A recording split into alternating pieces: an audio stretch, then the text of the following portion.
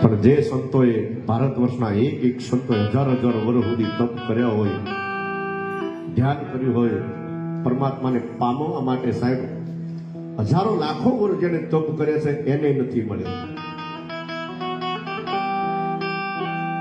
તો એને પામવા માટે કરવું શું આ જીવનમાં? પરમાત્માને જો કદાચ મારે તમારે પામવો હોય તો એના માટે મારે તમારે જલારામ બાપાને યાદ કરવા પડે. એક ફક્ત સેવા કરી છે, ટુકડો આગળ કર્યો છે અને ભગવાનને આવું પડ્યું છે. નરસિંહ મહેતા ભજન કર્યું છે.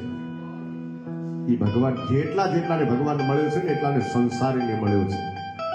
બાકી મુનિઓ તો હજુ બેઠા છે તપ લગાવીને, એને હજુ સુધી મળ્યો નથી.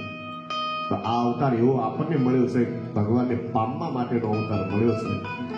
એટલે સંતો કહે છે કે ભજન કરી લે, ભજન કરી લે, ભજનથી ભવ પાર છે, ભજન પામવા હાટુ બસ મળ્યો મનુષ્ય અવતાર છે.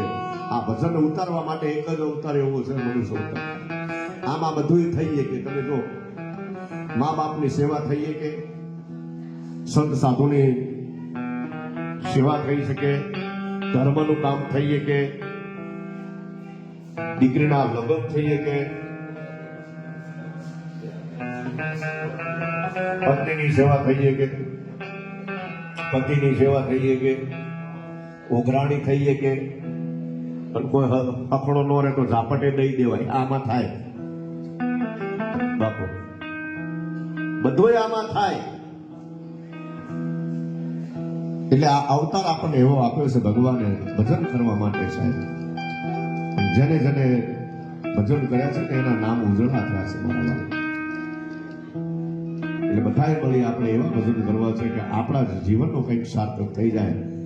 અને પરિવારે જે ભજન રાખ્યા છે એની અરજી મારો નાથ એ કાયમને માટે સાંભળે, એમને સુખ સંપત્તિ આપે, એ એમનું જીવન ઉજળું જીવે એવો પરમાત્મા એમના માથે જ્યારે હાથ રાખીને કૃપા કરે, મેર કરે. મારો વાલીનો માતાઓ બહેનો બધા બેઠા છે, ધન્યવાદ છે આ ધરાને, આ કાબલી કામની ધરા. એકવાર બધા જ અમારે આ ઉસ્તાદ સાહેબ મોટા ગજાનો કલાકાર છે, તબલા બહુ મોટા સ્ટેજના માથે વગાડે છે, એટલે એકવાર જોરદાર તાલીઓથી વધાવી લો મારા બાપ. અમારા ભાઈ કિરણભાઈ બહુ નાની ઉંમરમાં જેને બહુ